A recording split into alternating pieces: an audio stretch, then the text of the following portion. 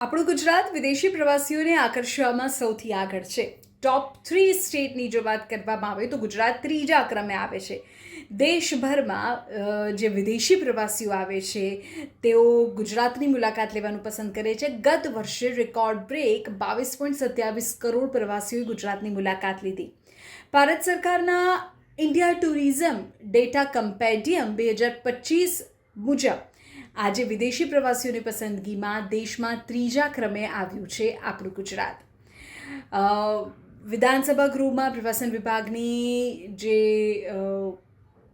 ફાળવણી છે 3089.63 કરોડની જે માંગણીઓ હતી તે પસાર થઈ. 2001-2માં પ્રવાસનનું બજેટ 12 કરોડ રૂપિયા હતું. અત્યારે 2101 કરોડ છે. ખાસ તો દેવસ્થાનો યાત્રાધામ વિકાસ માટે વિશેષ જોગવાઈઓ કરવામાં આવી છે 3089.93 કરોડની. અને યાત્રાધામોને હવે સ્માર્ટ સ્પિરિચ્યુઅલ ડેસ્ટિનેશન તરીકે વિકસાવવામાં આવશે.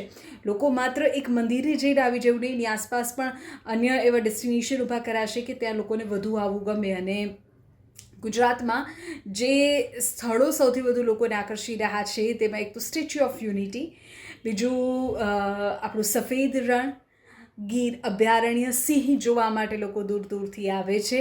અને આ સિવાય પણ જે આપણો દરિયા કિનારો છે, નર્મદાનો કાંઠો છે, આ બધા જ જે વિસ્તારો છે તે લોકોને ખૂબ આકર્ષે છે. અને એટલે જ વિશ્વભરના પ્રવાસીઓ ગુજરાત તરફ આકર્ષાય છે. જે રિસન્ટ ડેટા સરકાર તરફથી આપવામાં આવ્યો છે તે તો કંઈક એવું જ કહે છે કે દેશના ટોપ 3 સ્ટેટમાં ગુજરાત ત્રીજા ક્રમે છે. ઇન્ડિયા ટુરિઝમ ડેટા કમ્પેન્ડિયમ 2025 મુજબ આ આંકડાઓ સામે આવ્યા છે કે વિદેશી પ્રવાસીઓની પસંદગીમાં દેશમાં ત્રીજા ક્રમે છે ગુજરાત. 22.27 કરોડ પ્રવાસીઓએ ગત વર્ષે લીધી ગુજરાતની મુલાકાત.